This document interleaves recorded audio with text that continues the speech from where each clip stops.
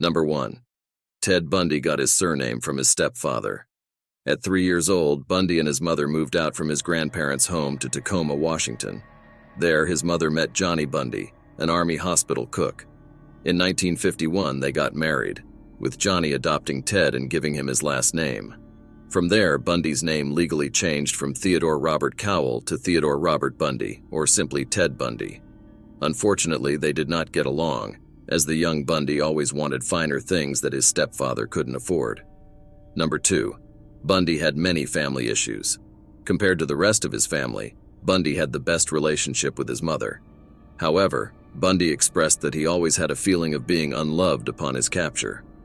When his mom married his stepfather, she had 4 more children, which might have caused Bundy to get a feeling of abandonment. His illegitimacy may have also led him to grow resentful towards his mother in his younger years. Number 3. Ted Bundy did not fit in with any circle of friends when he was a child. According to childhood friend Sandy Holt, Bundy always got teased as a boy because of his speech impediment. As a result, Bundy never really fit in as a kid. Although he was an average athlete, he never made it to any of the varsity tryouts in high school. That said, Bundy spent most of his childhood and formative years as a loner.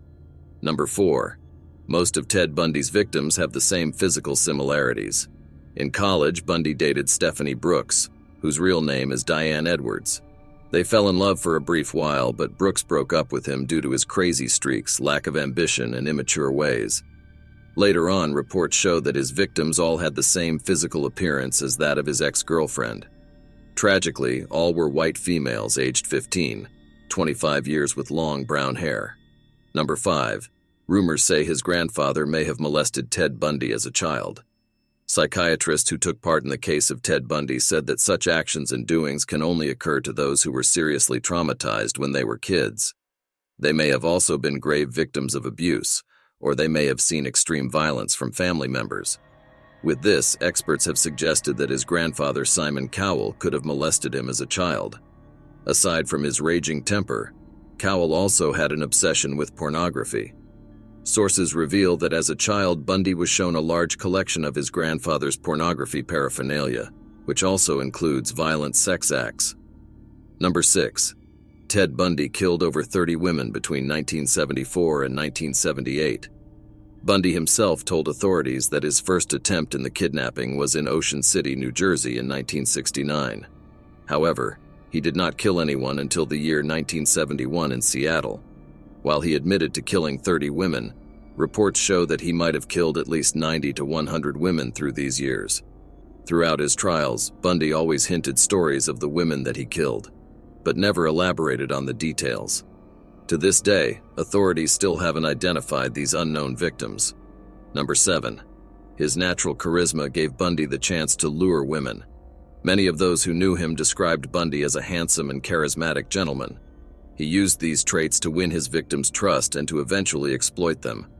His admission for the killings also revealed that because of his repeated acts, he has already mastered the vital skills needed for him to escape incriminating evidence. Since his time preceded DNA profiling, Bundy escaped a lot of sticky situations. Number 8. Ted Bundy was a necrophiliac. In his admission to authors Hugh Ainsworth and Stephen Michaud, Bundy claimed to revisit the places where he kept victims' bodies. Upon revisiting them, Bundy would groom the bodies, then perform sexual acts with the dead women. He would only stop when the decomposing corpses have already been ravaged by wild animals. Number 9. The heads of Ted Bundy's victims serve as souvenirs for him. In one of his trials, Bundy admitted to photographing the corpses of his victims. More disturbingly, he decapitated 12 of his victims' heads and kept them as souvenirs as reminders of his hard work. Number 10. Ted Bundy offered to help the FBI. After he got convicted, Bundy helped the police catch Gary Ridgway, also known as the Green River Killer. The police located Ridgway after Bundy's analysis of the killer's motivation and psychology. Bundy advised the investigators to wait for the killer to return to a fresh grave, as he will most likely visit the place again. More interestingly inspired the 1991 thriller movie The Silence of the Lambs,